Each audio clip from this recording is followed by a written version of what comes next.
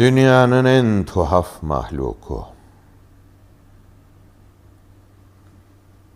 Akrep gibisin kardeşim.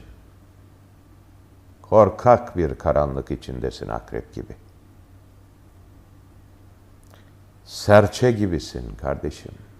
Serçenin telaşı içindesin. Midye gibisin kardeşim. Midye gibi kapalı, rahat. Ve sönmüş bir yanardağ ağzı gibi korkunçsun kardeşim. 1 değil, 5 değil, 100 milyonlarlasın maalesef. Koyun gibisin kardeşim. Gocuklu celep kaldırınca sopasını sürüye katılı verirsin hemen ve adeta marul koşarsın salhaneye.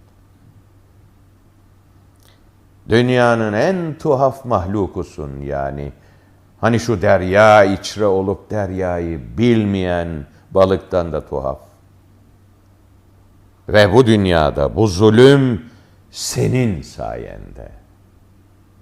Ve açsak, yorgunsak, al kan içindeysek eğer ve hala şarabımızı vermek için üzüm gibi eziliyorsak, kabahat senin demeye de dilim varmıyor ama kabahatin çoğu senin.